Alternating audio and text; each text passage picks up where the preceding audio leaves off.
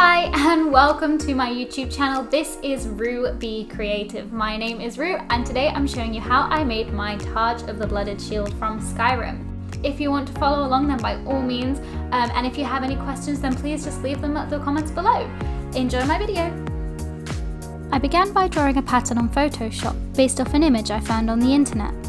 If you take your time at the start of a project to make a good pattern, the construction process will go a lot smoother.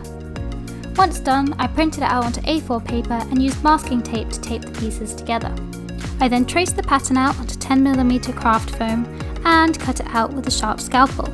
I did this twice so that I'd have two pieces, one for the front and one for the back. Once the two pieces had been cut out, I began by drawing on a wood pattern and then using a sharp scalpel to cut out the wood details. I did this for both the front and the back pieces. On the front I made sure to leave the pieces where the spikes would be.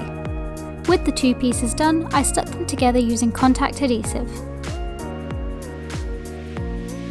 To do the edging around the shield, I took some scrap 2mm craft foam that I had left over from a previous project, cut the detail off of the original pattern and then drew it onto the foam. I did this until I had enough pieces to cover the full circumference of both the front and the back of the shield. Then using a pen I drew them onto the shield so that I knew where to put the glue and where to stick the individual pieces. Then using more contact adhesive, I stuck them onto the shield.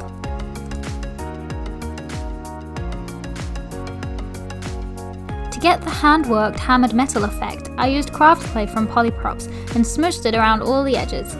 The natural bumps that my fingers left were perfect for the hammered metal effect. I continued using the craft clay to make the small square-based pyramids around the edge of the shield. To do this, I made a mould out of some old 10mm craft foam. The mould was designed so that the square base would remain stationary, but the four triangular sides would be able to be folded up to be able to form the clay. I then put the foam clay into the middle of the mould and folded up the sides until it formed the clay into a square-based pyramid. This method worked really well to get the shape that I wanted, but due to the thickness of the clay, they took quite a while to dry. Once dry, I stuck them onto the shield using superglue.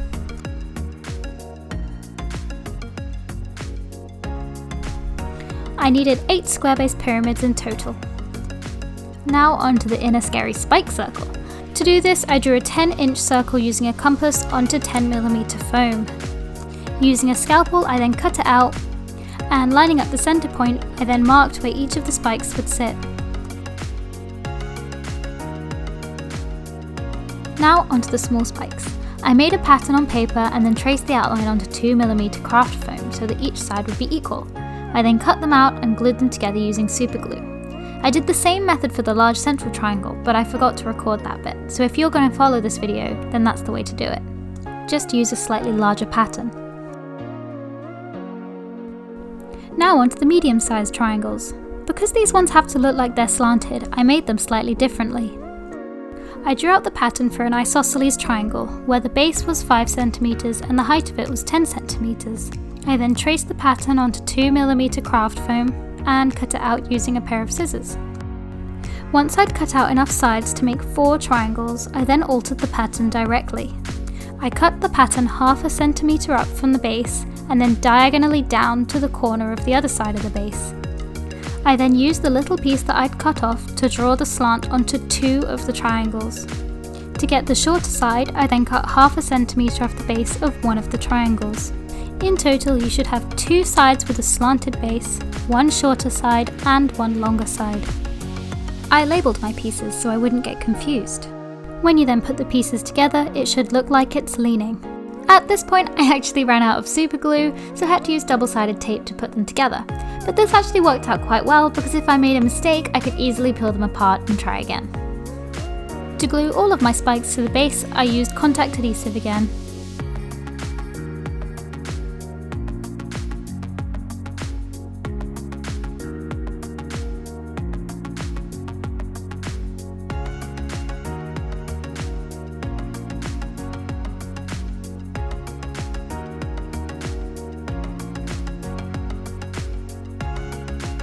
To get the same hammered metal effect I got on the rest of the shield, I used my craft clay again and smushed it all over the top of my spikes.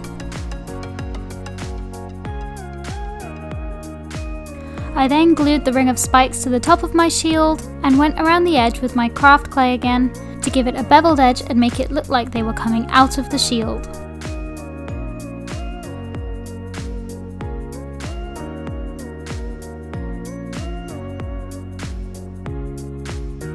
I then quickly fashioned a handle out of some 10mm craft foam, wrapped it in Worbla and heated it with a heat gun to make it nice and sturdy.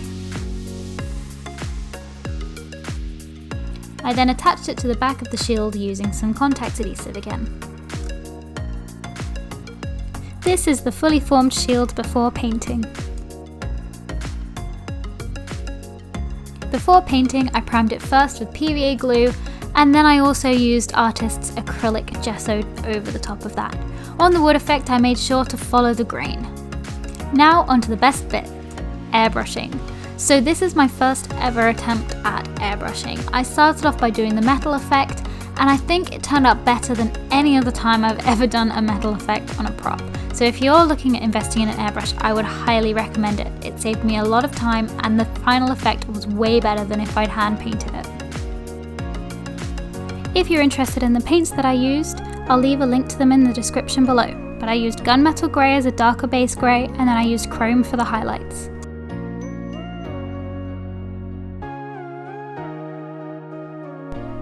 Using frog tape, I masked off all the metal bits that I'd painted so I wouldn't get any brown paint on it. I then went into the grooves of the wood with a really dark brown. And then I airbrushed over the top. Finally, onto the last bit, peeling the tape off. With that done, you then have an epic new shield with which to smite your enemies.